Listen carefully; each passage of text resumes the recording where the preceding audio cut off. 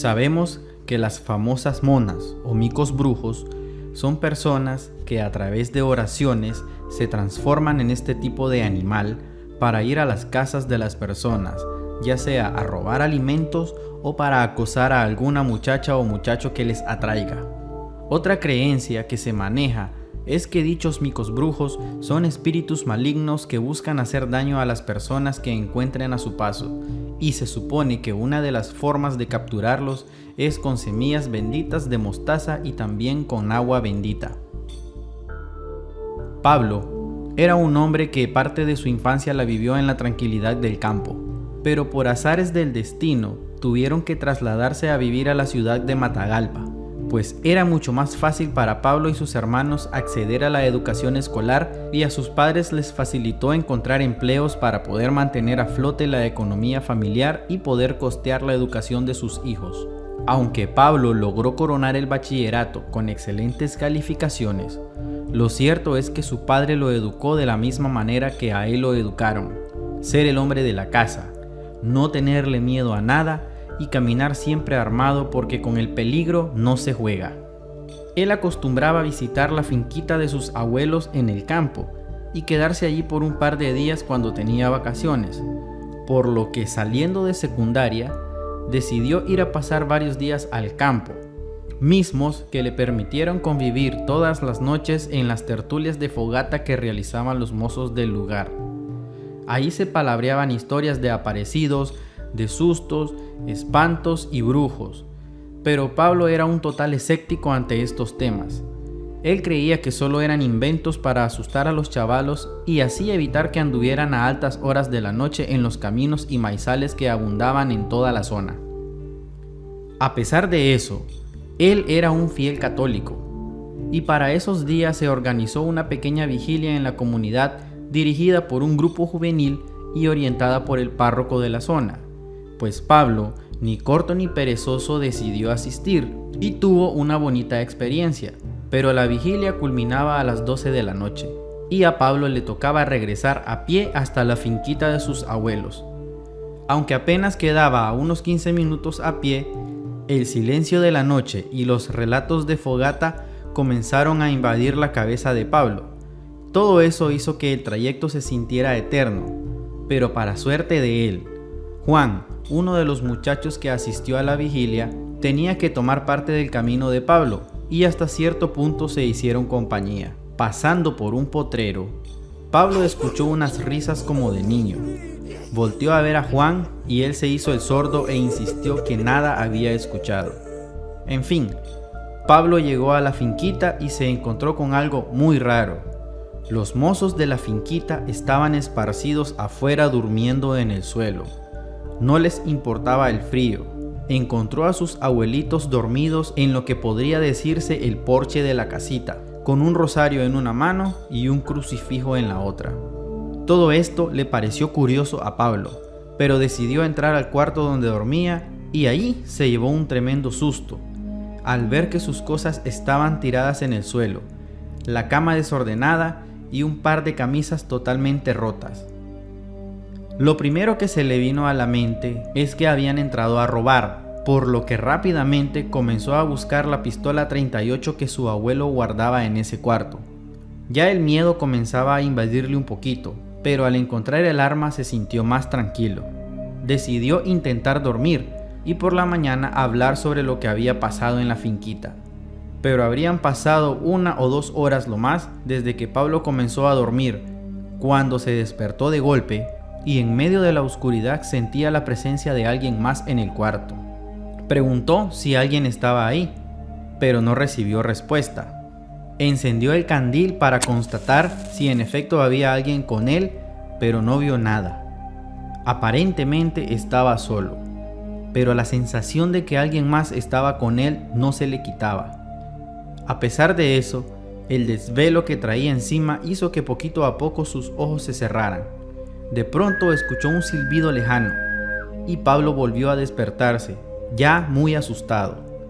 Recordó una de las historias que le contaron en la fogata. Cuando se escucha un silbido lejano, quiere decir que un mico brujo está muy cerca de quien lo escucha. Si el silbido se escucha cerca, el micobrujo está lejos de quien lo escucha. Al recordar eso, el miedo lo invadió totalmente y la presencia que antes había percibido ahora se sentía mucho más fuerte. Pablo estaba seguro que el silbido lo había provocado eso que él sentía que estaba con él en el cuarto. De repente, el silbido dejó de escucharse, pero comenzaron a dar golpes en la puerta de la cocina que estaba afuera de la casita. De alguna manera, Pablo se armó de valor, tomó la pistola y salió del cuarto en dirección a la cocina, pensando que podría ser el supuesto ladrón que había regresado por algo. Pero al entrar a la cocina, vio una especie de ente o cosa pequeña, como de medio metro de altura aproximadamente. Pablo sintió un miedo indescriptible, pero logró disparar una bala al aire, y esto hizo que lo que tenía enfrente se asustara y de un brinco subiera hasta el techo de la cocina, para luego perderse entre las siembras de maíz. No había duda, Pablo había tenido un encuentro con el famoso micobrujo, y al comprender esto, su cuerpo dejó de responderle y cayó desmayado a media cocina. Eran como las 8 de la mañana, cuando el abuelo despertó a Pablo y le preguntó que qué hacía durmiendo en la cocina. Pablo le dijo que tuvo un sueño muy raro y que a lo mejor caminó dormido hasta allí. El abuelo le pidió que hablara de dicho sueño, y Pablo se lo contó sin omitir ningún detalle. El abuelo se quedó callado por unos segundos. Luego llamó a su esposa, le comentó lo que Pablo le había dicho que soñó, y la abuela respondió: «No, hijo, no fue un sueño. El micobrujo vino anoche desde que vos te fuiste a la vigilia. Lo encontramos en tu cuarto buscando saber qué cosa en tus pertenencias. Entre todos comenzamos a rezar y así logramos ahuyentarlo. Lastimosamente nos venció el sueño y caímos dormidos donde estábamos rezando, y a lo mejor por eso regresó a molestarte. Al parecer es con vos la cosa, pero no le tengas miedo, que nada va a poder hacerte». Pablo sintió nuevamente el miedo que había sentido cuando estuvo frente al mentado animal, y ese mismo día se regresó a la casa de sus padres, y desde esa vez las visitas a sus abuelos no duraban más de 2 días. La experiencia que vivió Pablo con el micobrujo, aunque aparentemente no fue peligrosa, sí lo marcó lo suficiente como para temerle por el resto de su vida.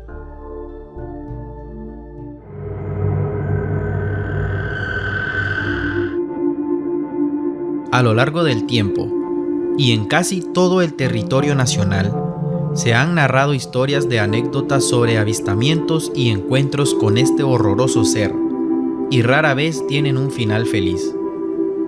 Aquí una de esas historias.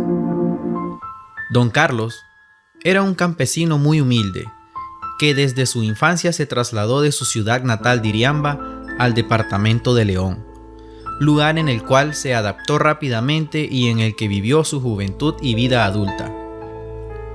Se dedicaba a todo tipo de labores relacionados con la agricultura y la ganadería, y a pesar de que este es un trabajo bastante cansado, él siempre sacaba tiempo para salir a distraerse con 2 de sus amigos y compañeros de trabajo. Hubo un tiempo en el que habían adoptado la mala costumbre de ir a parrandear todos los fines de semana a cuanta cantina pudieran ir y que la bolsa les permitiera, y fue precisamente en ese tiempo que ocurrió algo que marcó sus vidas para siempre.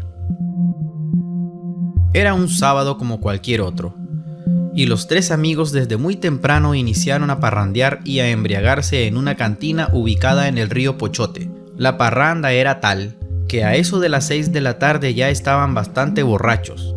Eran las 7 de la noche cuando se percataron de que habían quedado sin un solo centavo en la bolsa, por lo que obligadamente tomaron rumbo hacia sus casas, aunque el deseo de seguir tomando estaba lejos de acabarse. Iban por el camino gritando, cantando y haciendo cuanto alboroto se les ocurriera.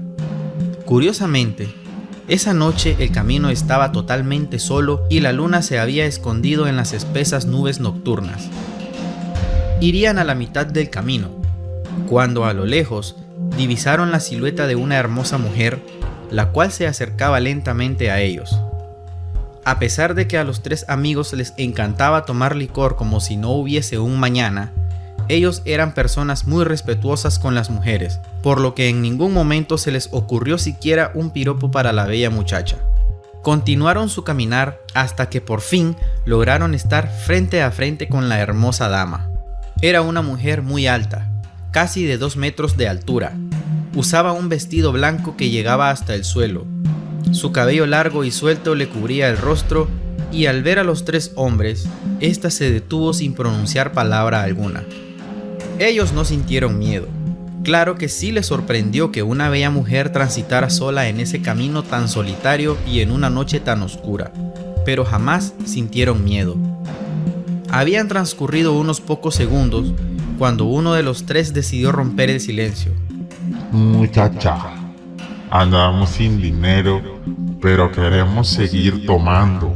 La mujer observaba detenidamente a los 3 sujetos y respondió: Aquí les dejo estos 75 centavos.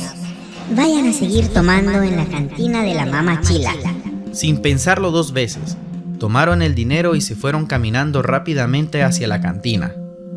Al llegar, ocuparon una de las mesas disponibles y enseguida ordenaron un par de tragos acompañados de boquitas de cerdo, confiados en que podían costear sin problemas lo solicitado.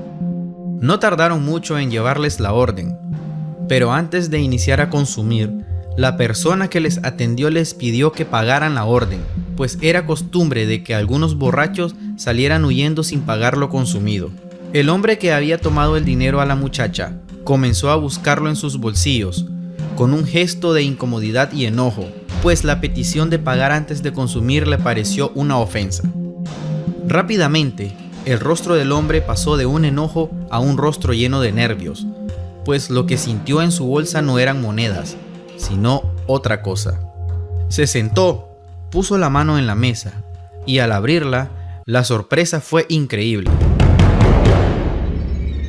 En vez de tener en ella 3 monedas de 25 centavos, tenía 3 huesos pequeños y que parecían dedos de ser humano.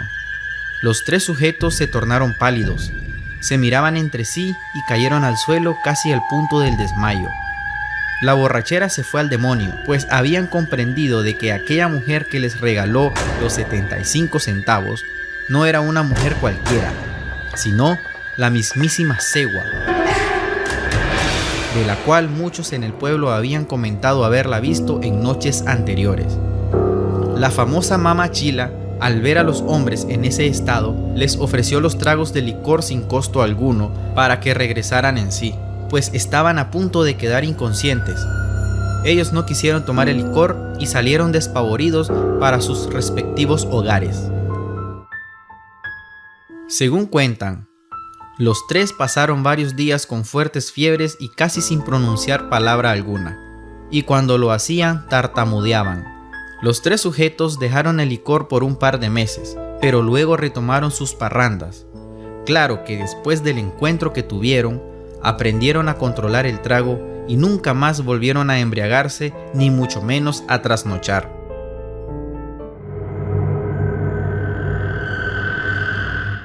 En la hermosa ciudad colonial de Granada, Nicaragua, vivía un hombre llamado Rafael. Era conocido por su mal carácter, por ser mujeriego y su naturaleza mentirosa. Además, Rafael poseía un negocio en el que estafaba a sus clientes sin ningún remordimiento. Engañaba y robaba sin pensar en las consecuencias de sus acciones, pues su padre era amigo íntimo de las autoridades y siempre salía bien librado de cuanto cargo o denuncia se hiciera en su contra. Un día, mientras escuchaba una historia de tesoros y piratas en el famoso programa radial Pancho Madrigal, a Rafael se le ocurrió inventar que en las ruinas del viejo hospital de Granada estaba enterrado un antiguo tesoro que supuestamente databa de tiempos de la conquista, por lo que comenzó a correr la voz entre sus conocidos, clientes y compañeros de trago para idear un plan que le daría grandes ingresos sin necesidad de mover un dedo. Después de un par de meses, se corrió la voz del supuesto tesoro en casi todo el departamento de Granada. Casi todo el mundo, todos los habitantes y pobladores de la ciudad de Granada llegaron a conocer esta historia inventada por Rafael. Con sus artimañas y manipulaciones, logró convencer a un grupo de incautos de invertir en su supuesto negocio de búsqueda de tesoros, alegando que las ganancias serían 5 veces mayores a lo que estaban invirtiendo. La noche del 6 de junio del 2008, aproximadamente una semana después de que sus víctimas le habían dado la supuesta inversión, Rafael se encontraba solo en la oficina que tenía contiguo a la sala de su casa, contando el dinero que había logrado robar a sus supuestos inversores y calculando las ganancias extras que le daban sus negocios fraudulentos. Celebraba su éxito tomando del licor más fino que poseía y escuchando su música preferida. Pasaron las horas y el reloj viejo de la casa dio las 12 de la medianoche. De repente, un viento gélido comenzó a soplar en la calle y de alguna manera lograba colarse dentro de la casa. Rafael sintió temor, pero al poco tiempo dejó de importarle. El viento aumentó su agresividad y de repente, sonidos distantes como de unos bueyes arrastrando algo pesado se escucharon en la oscuridad. Sin previo aviso, la puerta de la oficina se abrió violentamente, revelando una densa niebla negra que invadió la habitación. Como se dice popularmente, a Rafael se le fue el guaro al diablo, y un cortocircuito dejó totalmente a oscuras la oficina. Paralizado por el miedo, observó cómo una especie de carreta antigua, cubierta de polvo y con ruedas desgastadas, ingresaba a la oficina por sí sola. Los bueyes negros que la arrastraban emitían gruñidos perturbadores y amenazantes. Rafael se frotaba los ojos, tratando de hacer desaparecer aquello que veía. Pero no era parte de su imaginación. La famosa carreta nahua había entrado a sus aposentos con un solo objetivo. El viento se calmó y una especie de figura o silueta que se asemejaba al diablo, vestido con harapos y con ojos llameantes, se alzaba en el pescante de la carreta, observando fijamente a Rafael. Los duendes y almas en penas rodeaban la oficina, murmurando y riendo malévolamente. La carreta nahua, con su aura de terror y maldad, avanzaba hacia Rafael, quien se derrumbó en un rincón de la habitación temblando de pánico. La voz del diablo resonó en su cabeza, recordándole todas las acciones corruptas y egoístas que había cometido a lo largo de su vida y anunciando que era el momento de pagar. Rafael reaccionó e intentó desesperadamente escapar. A como pudo, logró salir de la casa y comenzó a correr en dirección a la catedral. Avanzó quizás media cuadra, pero la carreta nahua se abalanzó sobre él, envolviéndolo en una nube de oscuridad.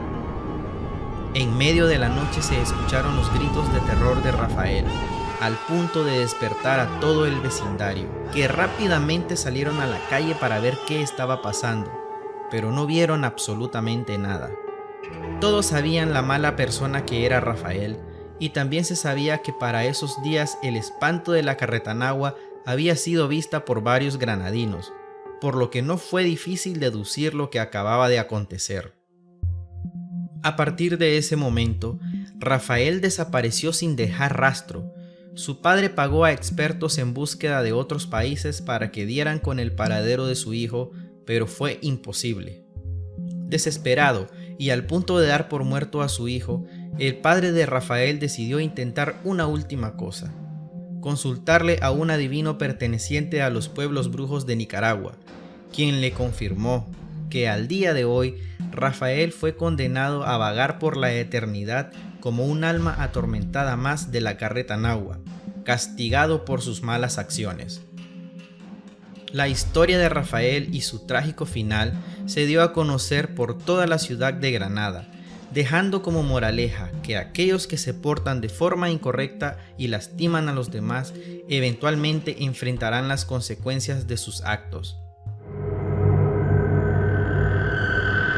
Las sombras de la noche se extendían en la ciudad de Estelí, donde una figura misteriosa caminaba por las calles adoquinadas. La taconuda, conocida por su elegancia y belleza, era portadora de una oscura venganza contra aquellos que dañaban a las mujeres inocentes. En esa misma ciudad vivía Ricardo, un hombre seductor y manipulador que se deleitaba engañando a mujeres para llevarlas a su cama y luego abandonarlas sin remordimiento alguno. Incluso algunas quedaban embarazadas, pero este sujeto se las ingeniaba para evadir las responsabilidades. Ricardo era un encantador empedernido, dotado con una apariencia atractiva y palabras convincentes que lograban cautivar a cualquier mujer que se le cruzara en su camino. Sin embargo, la fama de Ricardo se extendió por toda la ciudad y comunidades aledañas a Estelí. Escuchar las historias de las víctimas de Ricardo que habían quedado embarazadas y abandonadas sin piedad era algo que necesitaba ser frenado con urgencia. Una noche, Ricardo se encontraba en un bar buscando a su próxima presa. Sus ojos se fijaron en una joven llamada Elena, una mujer hermosa y vulnerable. Utilizando su encanto habitual, Ricardo se acercó a ella y comenzó a tejer su telaraña de mentiras y promesas vacías. Mientras tanto, una extraña mujer desde las sombras observaba con mucha cautela el comportamiento del sujeto. Ella sabía que era el momento de intervenir y evitar que Ricardo continuara con su cruel juego. Pasaron las horas y casi a medianoche Ricardo por fin logró seducir a Elena para llevarla a su casa. Siguiendo sigilosamente a la pareja, la mujer misteriosa esperó hasta que la pareja llegara a un callejón solitario.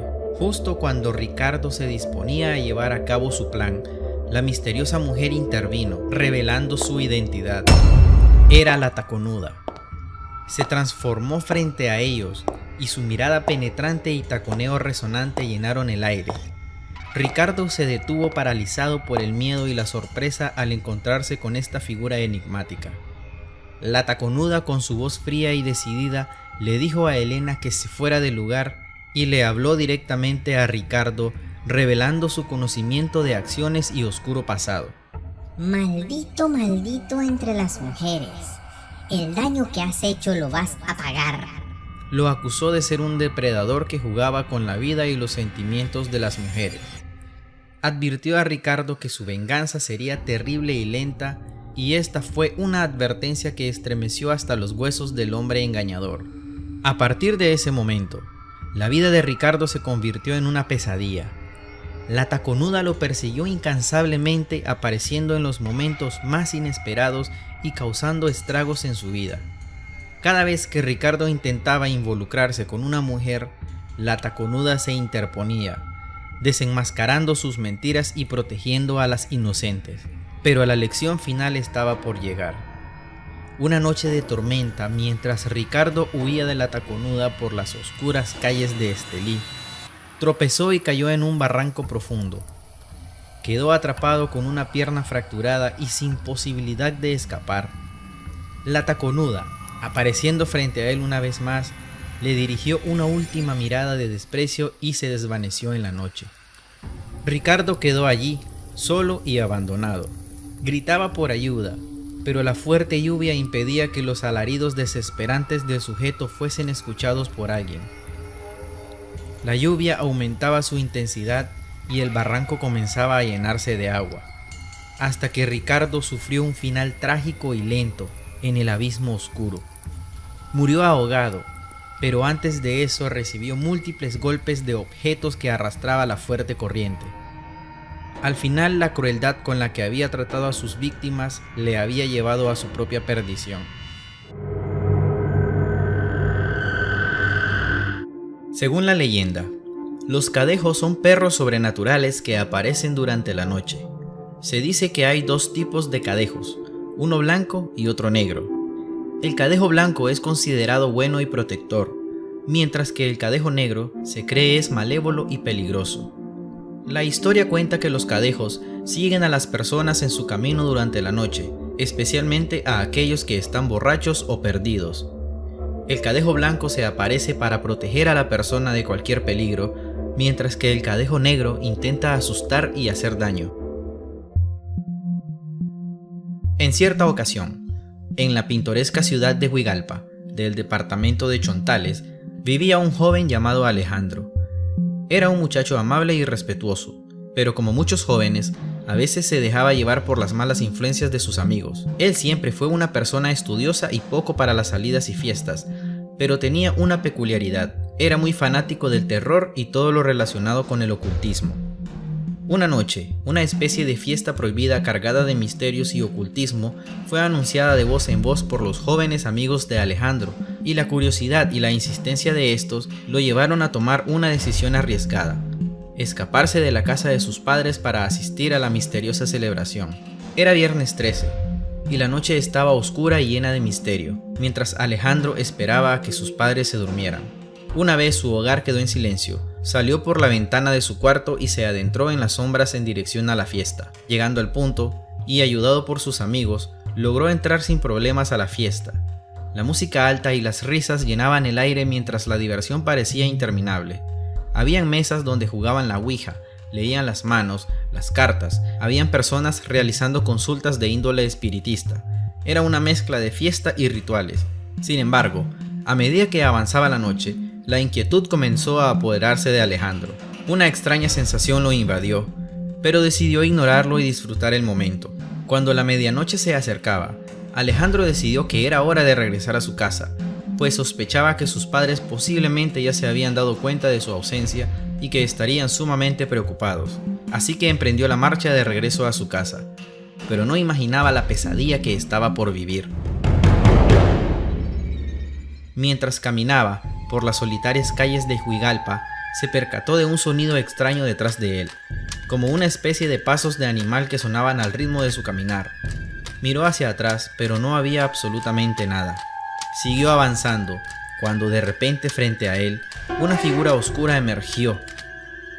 Era un enorme perro de color negro, pero no un perro cualquiera. Tenía el aspecto de un monstruo. Sus ojos eran dos luces rojas que parecían llamas y sus patas eran enormes. Poco a poco se acercaba a Alejandro. No había duda, era el famoso Cadejo Negro. Con sus ojos brillantes y dientes afilados, se plantó frente a Alejandro.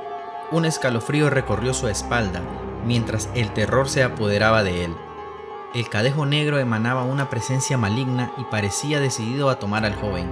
Alejandro intentó huir, pero el Cadejo Negro lo persiguió incansablemente.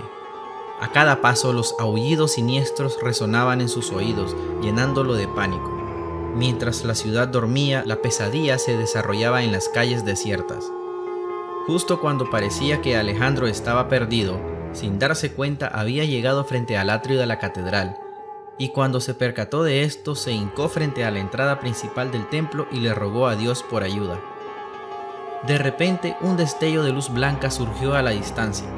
Lentamente tomaba forma hasta que por fin Alejandro logró distinguir aquello que rodeaba la luz misteriosa. Un enorme perro blanco que emanaba un aura de paz. Era el Cadejo Blanco, el protector y defensor de aquellas almas en peligro. El monstruoso Cadejo Negro finalmente llegó al atrio de la catedral. En cuestión de segundos, el Cadejo Blanco se abalanzó sobre este, evitando de que el perro endemoniado le hiciera algo a Alejandro. Una batalla épica se desató entre las dos criaturas sobrenaturales. Los rugidos y los gruñidos llenaron la noche, mientras Alejandro, paralizado por el miedo, observaba la lucha entre el bien y el mal. Finalmente, el terror extremo que estaba viviendo el joven le provocó que todo su cuerpo quedara totalmente paralizado. Mientras observaba con horror a los enormes perros enfrentándose en una batalla épica, el Cadejo Blanco prevaleció y logró vencer al Cadejo Negro. El Cadejo Blanco se acercó a Alejandro con una mirada tranquila y una especie de instinto protector. Con su suave mirada parecía transmitirle un mensaje de advertencia y enseñanza. Alejandro, tembloroso y arrepentido, entendió la lección que se ocultaba detrás de aquel encuentro terrorífico. Agradecido por haber sido salvado de las garras del mal, Alejandro regresó a su hogar con el corazón lleno de gratitud y arrepentimiento. Desde aquel día decidió deshacerse de todo aquello que tenía que ver con terror y ocultismo, aprendiendo la importancia de las consecuencias que pueden conllevar el ser amante de este tipo de prácticas, aunque solo sea por simple curiosidad. La leyenda de los cadejos y su encuentro aterrador quedó grabada en la memoria de Alejandro. Cada vez que escuchaba hablar sobre la fiesta prohibida, recordaba el terror vivido y la suerte que tuvo de haber contado con la intervención del Cadejo Blanco. A partir de ese momento, el joven comprendió la importancia de la obediencia y la valoración de aquellos que siempre buscan protegerlo. Y así, en las tranquilas calles de Huigalpa, la leyenda de los cadejos continuó siendo contada, recordándoles a todos que el mal acecha en la oscuridad, pero que la luz y la obediencia siempre pueden prevalecer.